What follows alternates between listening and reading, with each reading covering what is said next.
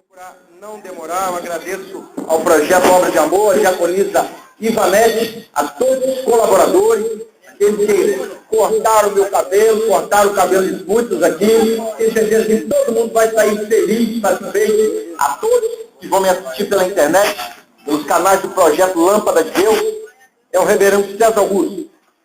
Vamos abrir a Bíblia, irmão, no Salmo 119, versículo 105. Diz assim: lâmpada para os meus pés é a tua palavra, é luz para os meus caminhos.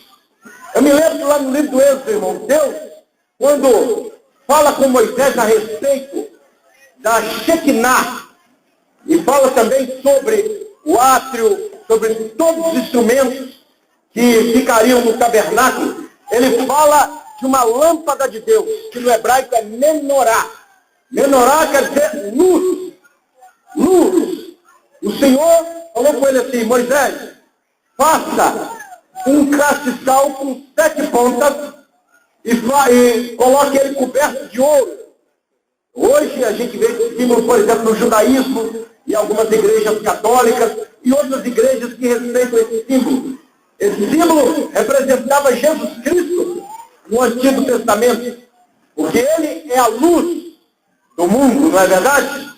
No Antigo Testamento, se você entrasse dentro do lugar santo, onde ficava a castiçal, a menorá, e se você tocasse em alguma coisa ali, sem olhar a luz da menorá, você poderia ser fulminado.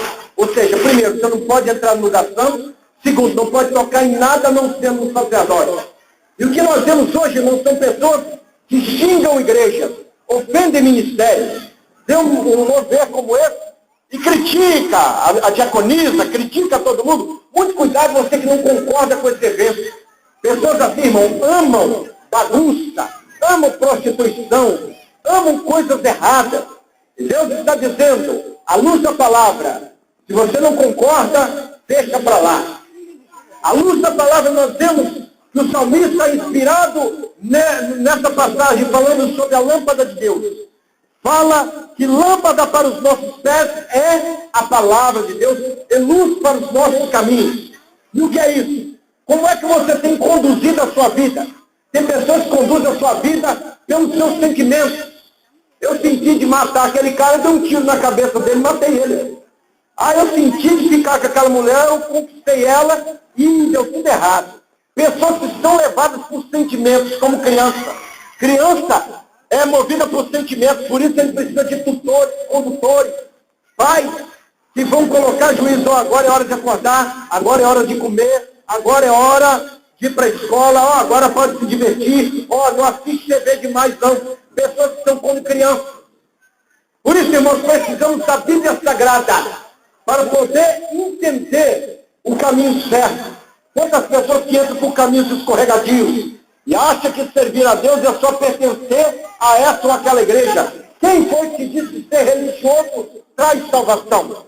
Ser religioso significa pertencer a uma instituição. Você não seria nada diferente de um espírita, de um xiita, de um muçulmano. Seguir a palavra de Deus é que é o importante. Se abster dos pecados, se santificar, se arrepender, igual a palavra converter, quer dizer, se voltar para Deus. Mas quantas pessoas que têm a consciência cauterizada? Eu sou dessa igreja e está tudo muito bem. Não está, não. Como está a sua vida com Deus? De mal com o próximo? Odiando as pessoas? Consumindo drogas?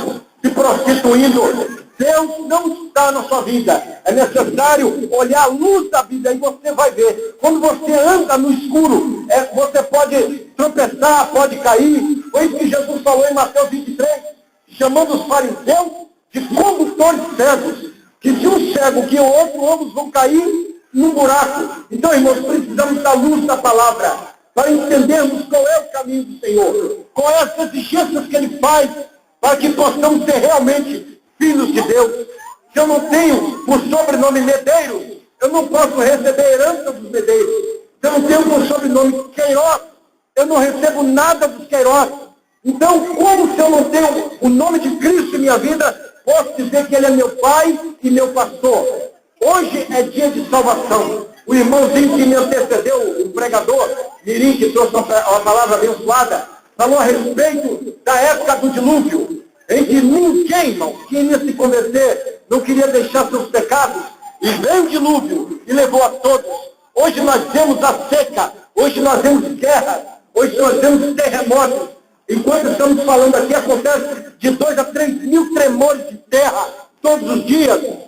Já houveram mais de 26 mil guerras desde a época da criação do mundo. Os sinais estão bradando como trombeta e as pessoas, infelizmente, só pensam em comer, beber e se divertir. Deus está chamando você a uma vida de luz e de bênção. Servir a Deus, irmãos, não é como muita gente pensa, se enfiar dentro de igreja. Servir a Deus não é só cortar o seu cabelo ou deixar ele crescer. Servir a Deus não é só pagar o preço. Servir a Deus também é uma vida de alegria. Por isso que Jesus fala em Mateus 10:10, eu vim para que tenham vida e a tenham com abundância. Deus nos chamou para ser escravo de instituição, seja qual for. Deus te chamou para ser filho do Eterno, de ter um nome escrito no livro da vida, de andar numa vida de luz e de consciência, que para servir a Deus é necessário andar em luz. Fizeram um congresso a respeito da psicanálise, falando sobre o comportamento humano. E eles chegaram à conclusão, os psicólogos em mentes seculares, que se tirarmos as restrições, as leis, as limitações do ser humano, ele vai se autodestruir. Imagine alguém, irmão, que tem propensão à obesidade, começar a comer demais, daqui a pouco ele vai ficar diabético, vai ter problema de triglicerídeos, obesidade, enfim, impotência, enfim, uma vida, irmão, sem restrições, sem obediência, leva à destruição.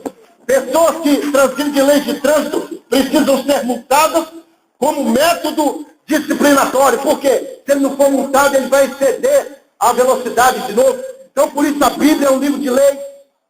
E obedecendo essas leis, poderemos ser felizes.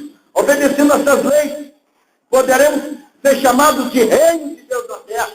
Jesus fala no capítulo 15, verso 19 de Mateus, que aquele que me ama é o que tem os meus mandamentos.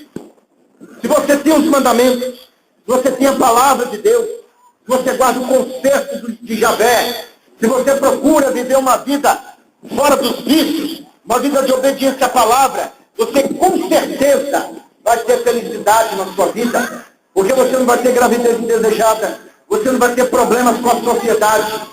Às vezes até sim, mas por causa do Evangelho. O Evangelho também é uma obra de confrontação. Não tenha medo de se confrontar com o mundo, com o diabo, com a carne, porque a luz de Deus está sobre você. Deus te fará prosperar. E aí você vai ver que você poderá tudo naquele que te fortalece. Mas antes, você precisa da luz. Há pessoas, irmãos, que têm luz. Aliás, tem a menorá, mas não tem luz nela. Aquela 7 astros representavam os 7 Espíritos de Deus. Você vai ver isso em Isaías 11 e o versículo 2. Espírito de temor, espírito de prudência, espírito de obediência, espírito de sabedoria, de ciência. Outras pessoas que dizem que tem um Espírito de Deus, não tem educação, não vive uma vida na igreja, conhecendo o Evangelho, não enche a sua mente com as coisas de Deus. Irmão, servir a Deus não é ser apenas uma pessoa que se sacrifica, é uma pessoa também que entende o caminho do Senhor. Não adianta você jejuar porque alguém disse que você tem que jejuar. Não adianta você ir para a igreja porque alguém insiste para você ir para a igreja. Se você não tem amor dentro de si, diz a Bíblia que tudo é inútil. É como uma mulher que vive com um homem e não ama ele. Vive por viver. Eu tenho 25 anos, se eu não me casar, vamos me chamar de solteirona. Aí ela olha para um homem dentro de casa, o que eu vou fazer? Eu vou cuidar da casa, né? Mas não sinto nada por ele. Isso não é casamento, isso é convivência. E Deus não quer que você só conviva dentro da igreja, Ele quer que você ame a igreja, que você ame o Evangelho, você ame os seus irmãos e que saiba entender eles à luz da palavra. A menorá também, irmãos, ela tinha 97 centímetros de altura. Ela era toda de ouro, como eu falei, e eles colocavam azeite, que era o combustível, para iluminar dentro do tabernáculo antigo. Mas quando uma daquelas hastes estava com problema, ficava apagada. Eles tinham que pegar um tipo de arame e enfiar dentro dela, para chamar de evitadeira, para poder colocar o azeite e assim novamente acender a lâmpada. Há pessoas que têm a Bíblia e não têm iluminação. Há pessoas que têm a Bíblia e não têm inspiração de Deus. Há pessoas que têm tanto conhecimento e só fazem para bater nas pessoas. Deus está te convidando hoje a restaurar a lâmpada que você tem. A Bíblia que você tem não vale nada sem a inspiração de Deus. Procure ter o Espírito Santo para que você possa ganhar vidas e trazer luz aos corações. Irmãos, a oportunidade foi para trazer uma rápida palavra. Mas não posso deixar de dizer para vocês, tenham como seu condutor a Bíblia Sagrada. A Bíblia fala em Provérbios 22:6, instrui o menino no caminho que deve andar, e ele não se desviará dele. Instrui a luz da Bíblia. Fala que o menino não minta. Mas quando o prestamista chegar na porta, não fala assim, diz que eu não estou, porque ele vai aprender a mentir.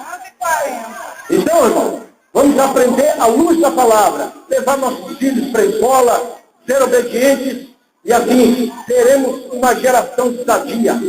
Eu agradeço a oportunidade em nome de Jesus, e gostaria de estar orando por você, que me ouviu, que me deu da sua preciosa atenção, que você possa meditar nesses rápidos versículos, que precisamos ter a luz de Deus na nossa vida, porque do contrário, vamos repetir erros passados, vamos ser suscetíveis a queda de muitas tentações, vamos alcançar a salvação e nem seremos cristãos de verdade, seremos apenas religiosos, tradicionais, católicos, pentecostais.